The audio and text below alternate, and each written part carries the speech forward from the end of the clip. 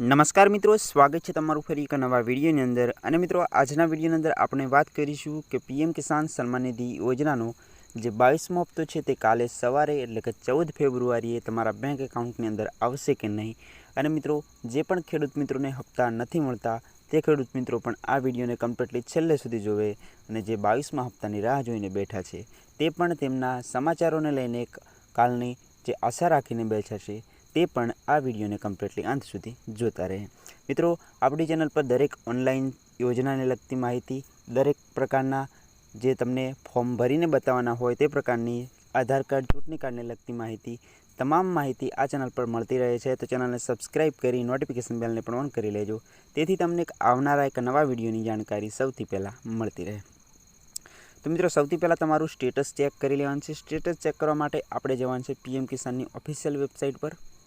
મિત્રો, પીએમ કિસાનની જે official website છે તે આ પ્રકારની છે, તમે સ્ક્રીન પર જોઈ શકો છો અને લિંક નીચે ડિસ્ક્રિપ્શનમાં પણ મળી જશે। હવે મિત્રો, વાત કરીએ 14 ફેબ્રુઆરીના લઈને એક ન્યૂઝ આવી રહ્યા છે। વિડીયો ઘણા બધા ચેનલ ઉપર પડ્યા છે, એટલે કે યુટ્યુબ ઉપર પડ્યા છે। તે શું સાચે જ 14 ફેબ્રુઆરીએ જે હપ્તો આવવાનો છે તે આવી જશે?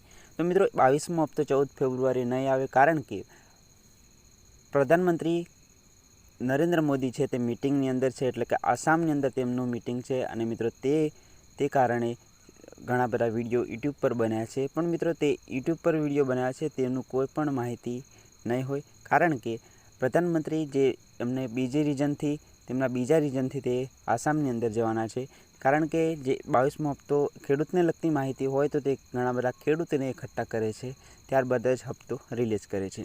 તો મિત્રો, સૌથી પહેલાં આપણે તે જાણી લીધું અહીંયા, અને કાલે આવવાનું હોય તો અહીંયા ડેટ પણ બદલાઈ જાય। તો મિત્રો, ફરીવાર આપણે વાત કરીએ આપણે સ્ટેટસ કેવી રીતે ચેક કરી શકીએ છીએ। તો સ્ટેટસ ચેક કરવા માટે નોવરિયર સ્ટેટસ પર ક્લિક કરી લેવાનું છે મિત્રો। તેના પર ક્લિક કર્યા બાદ અહીંયા આ પ્રકારનું ઇન્ટરફેસ જોવા મળશે। અહીંયા તમારો રજિસ્ટ્રેશન નંબર અને અહીંયા કેપ્ચા એન્ટર કરી તમારે ગેટ ઓટીપી પર ક્લિક કરી લેવાનું છે।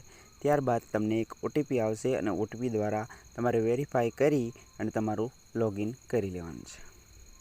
તો મિત્રો, લોગિન કર્યા બાદ કંઈક આ પ્રકારનું ઇન્ટરફેસ જોવા મળશે। સૌથી પહેલું તમારે લેન્ડ સેન્ડિંગ, બેંક આધાર સીડિંગ અને મિત્રો ઈ-કેવાયસી તમારે યસ હોવું જરૂરી છે। મિત્રો, આ દરેક વસ્તુ તમારી કમ્પ્લીટ હશે તો તમારો હપ્તો તમને બેંક એકાઉન્ટની અંદર મળી જશે।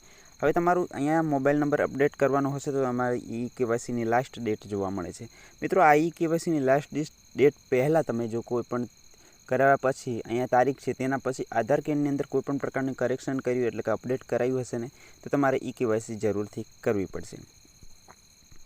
ત્યારબાદ વાત કરીએ મિત્રો કે અહીંયા નવા સ્ટેટસની અંદર લેટેસ્ટ પેમેન્ટ સ્ટેટસની અંદર જોઈ શકો છો મિત્રો, અહીંયા તમને તમારું ઇન્સ્ટોલમેન્ટ જે 16મું હશે તો અથવા તો તમારું 22મું અથવા તો જે પણ ઇન્સ્ટોલમેન્ટ હશે તેની નીચે એફટીઓ પ્રોસેસ યસ થયું હશે અને પેમેન્ટ પ્રોસેસ લખેલું આવશે।